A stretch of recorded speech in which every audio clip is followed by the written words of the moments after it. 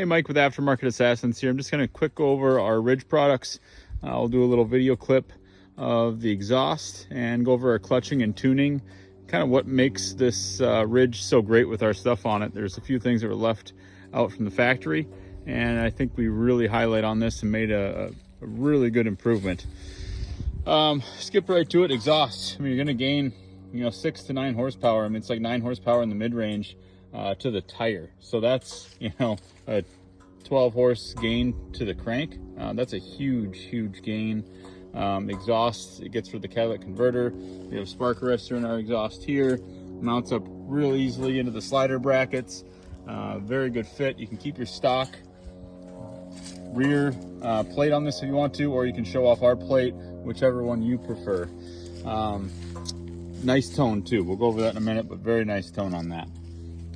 Clutching.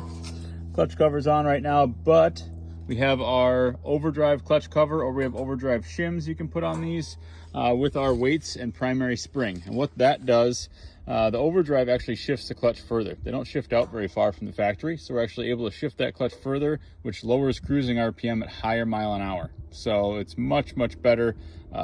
It's a whole new machine with clutching, really. So the way we designed our weights to have overdrive built into them as well, they're a little bit longer. And then our profile, how it works is RPM actually ramps up and shoots out a little further, which gives you really good wheel speed out of the hole, and they rip out of the hole.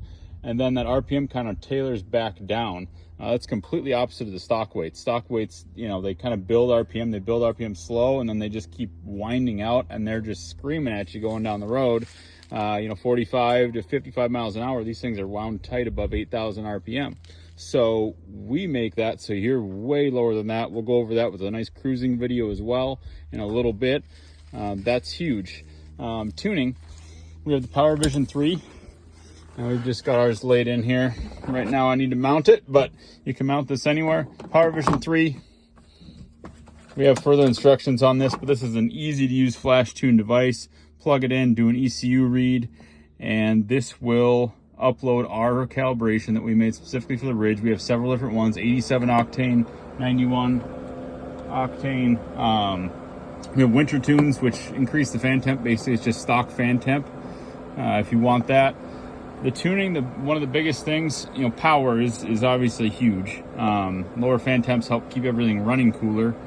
But to me, with the HVAC models, we had, when the AC's on, you let out the clutch, you let off the throttle, and the clutch goes back to neutral a lot quicker with the extra load on it, with the AC compressor running, and that actually sends it freewheeling, and then all of a sudden it'll catch, because it's trying to hold idle up a little bit to keep your clutch engaged on downhill descents.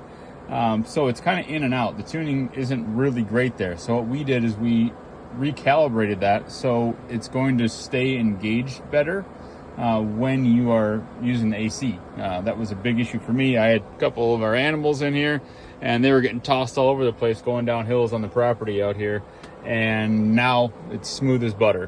One thing with these CVTs that I didn't go over, we'll do an install video one of these days. We do have installation instructions that come with our kit, but this CVT system has no two-way bearings. So if you're used to a Polaris, Can-Am, things like that, they have a bearing in the center of them.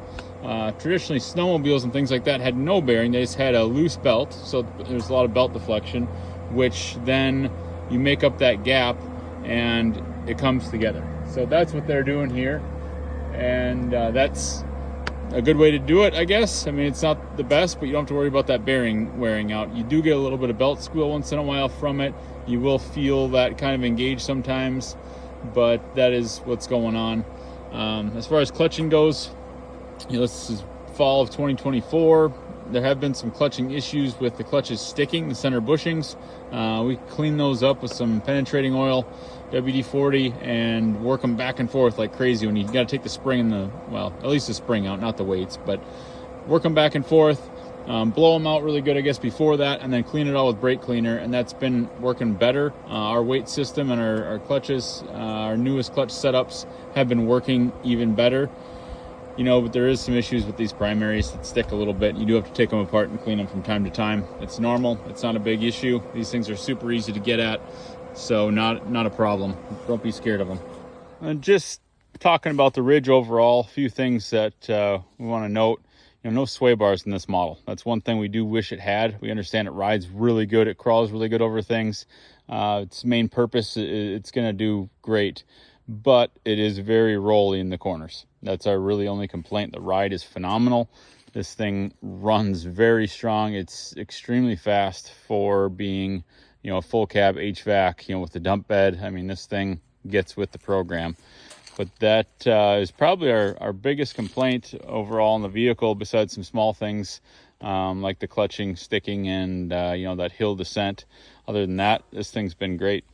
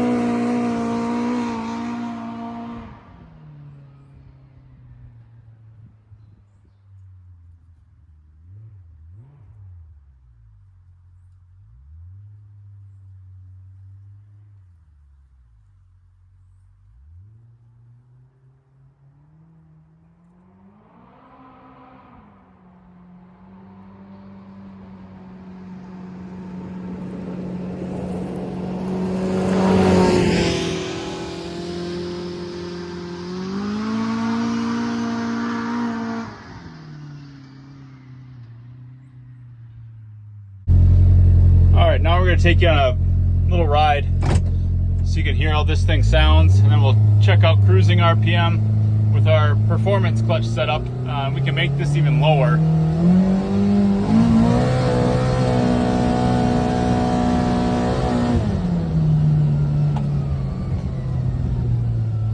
So it sounds awesome. That cool 4-cylinder sound lets it breathe a little bit more, but it's not loud. Not loud at all. We can still talk in here. I mean, this thing is just stupid fast for utility. With just a few bolt-on parts, is no match. So now we're going to go cruise down the road at 45 and see where we're at.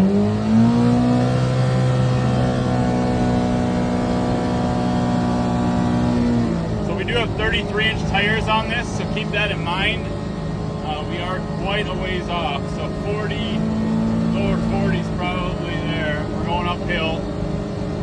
So you're about 6,500 RPM, which is really about 40. So 6,500, 6,800. Bump it up to 45, which is actually 50. I mean, you're still under 7,000. Now this is 55 miles an hour right here. A little downhill, but you're still right about 7,000, maybe just slightly under.